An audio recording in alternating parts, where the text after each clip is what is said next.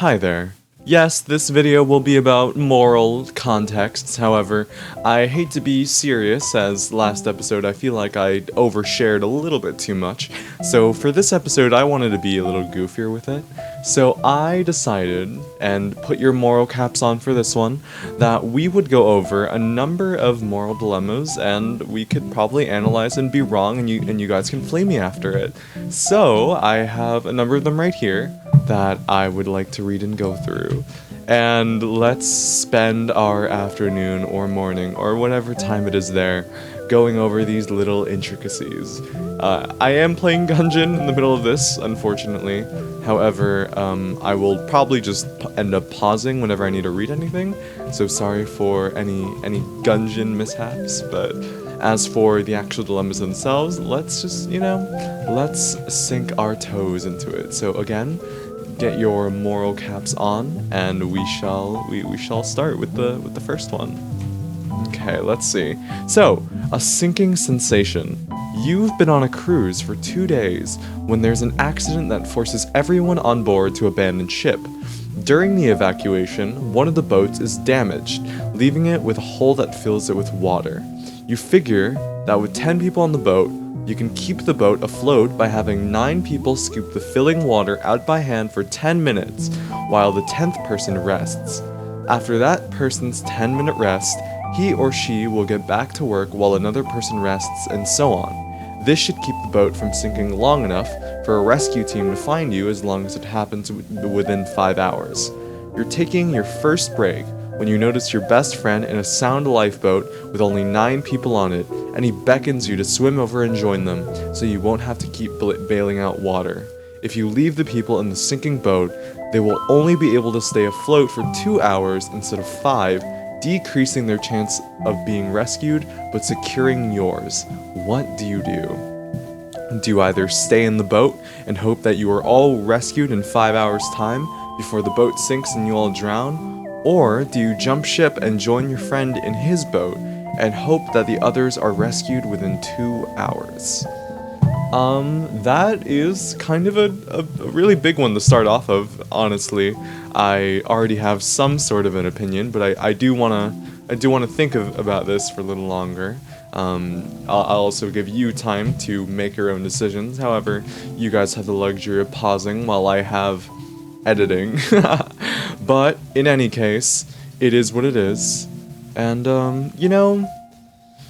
I think I'm kind of leaning toward the more selfish answer, and I don't know what that really means for me, but I think I would rather secure my chances. I feel like it would have been more of a much more difficult of a decision if, for example, their demise was guaranteed, but in this case it's not, and it's a little different in terms of this sort of thing. So it kind of reminds me of the whole trolley problem, and with the trolley problem, I obviously, killing less people better, even if action is there, in my opinion. However, I think in this case I would go with the friend's boat and secure my own chances. As selfish or as, smart as that could be, whatever. That is all but your call. So, Alright, let's see the next one. The Accidental Samaritan. You're involved in a 2-car crash on your way to work one morning in which you accidentally hit and kill a pedestrian. As you get out of the car, you are intercepted by a tearful woman who seems to think that she hit and killed the pedestrian. You're not sure why she thinks she hit the person, but she is convinced. There's only you, the woman, and the person you hit on the road. There are no witnesses. You know that whoever is deemed responsible will probably be sent to jail. What do you do? Either do you confess your responsibility, or do you let the woman take the blame? This also has to do with, altruism versus selfishness in this sense, but oh my fucking god, I do need to think about this one.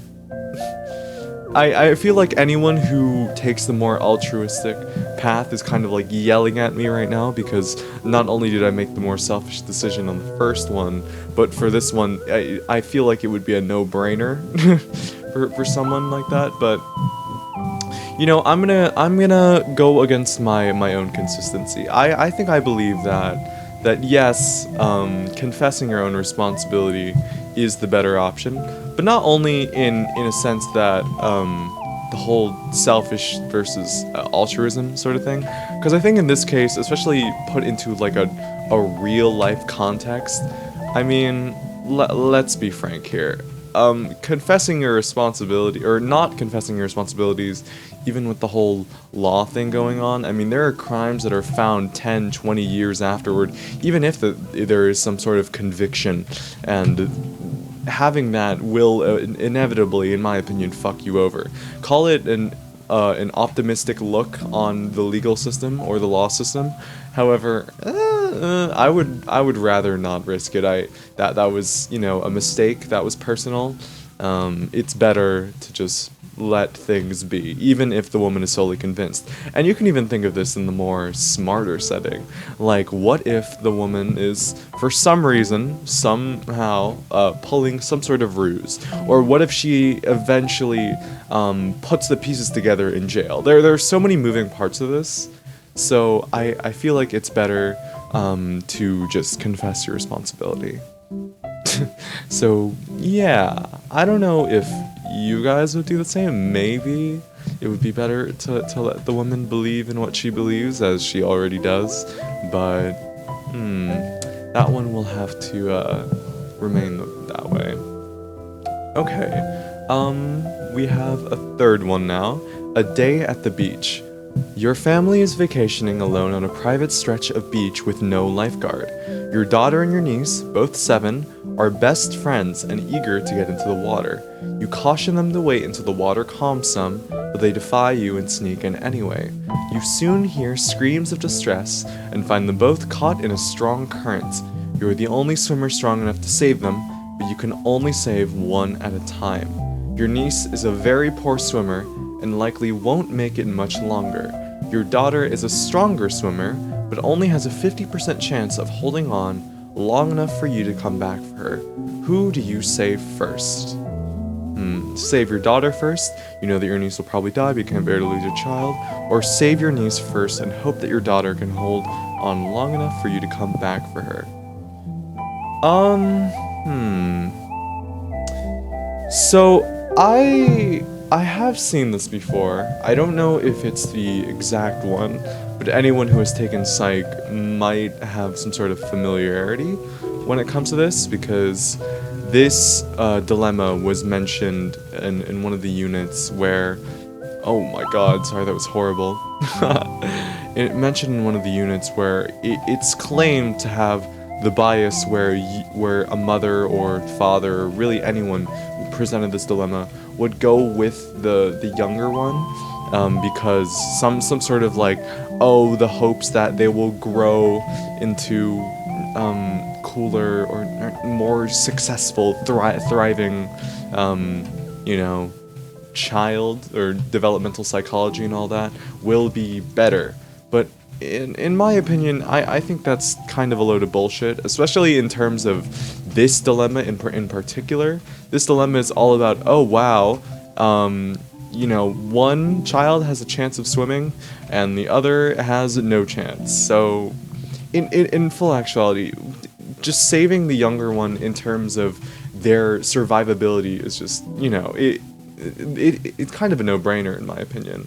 And I feel like some people might factor in the whole daughter versus niece thing, and that is a good point.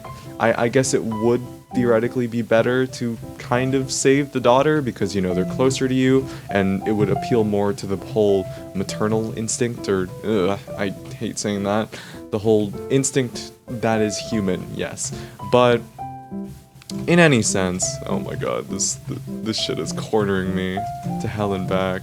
But in any sense, I still feel like that saving the niece might be better in terms of the probability. Call it logical, but also 50% as low and as high as it is. I mean, the niece's death is guaranteed to die. I would like security. I think that's a very common theme throughout my responses, that the more secure answer and that the highest probability of it is the better one, which I feel like is kind of the flaw of these problems.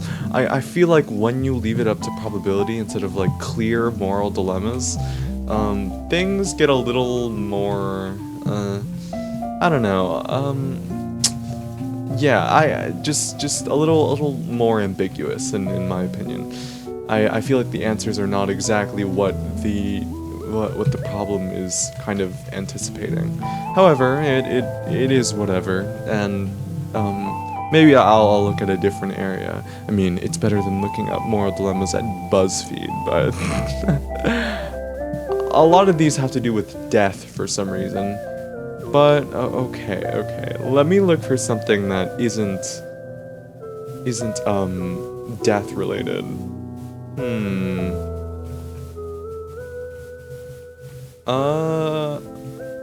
They're all about death. They are literally all about suffering one way or another. I mean, obviously suffering, yes, but injury, death, it's all this. I'll pick a random one. Okay, let's do a doctor's dilemma. I think this will be the last one I do before I end up finishing this, but you know what? Why not? Okay. You are a doctor at a top hospital. You have 6 gravely ill patients, 5 of whom are in urgent need of organ transplants.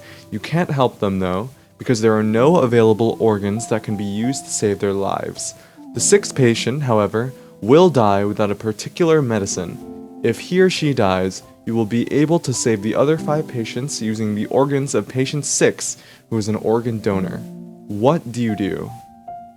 Do you either keep patient 6 comfortable, but do not give him the medical care that could save his life in order to save the other 5 patients, or save patient 6 and let the other 5 die? It's unfortunate, but that's not your call to make. This just seems like the reverse, or no. This is literally the train, the trolley problem. This is literally the exact same thing, but in terms of a hospital context. So, you know what? Well, I mean, you guys already know my answer. I would obviously save the other 5, which probably should mean that I shouldn't be a doctor because of the whole action thing, and I'd probably get sued to oblivion. However, I that is still what I do given the context. So, you know, maybe moral dilemmas really tell a very clear-cut thing about a person. Maybe you guys had extremely contrasting answers to mine. But at the end of the day, I do feel like that as much as it displays about a person, it is kind of underwhelming, in my opinion, with how it operates. Maybe another time I'll find more moral dilemmas that don't have to do with, oh, save this or save that, but it's probably just the bad sourcing is all. So, okay, that approaches the end of more dilemmas and whatnot. Thank you for sitting through these 4 with me, and again, even though it may not be nighttime when I upload this, I wish you a very lovely night.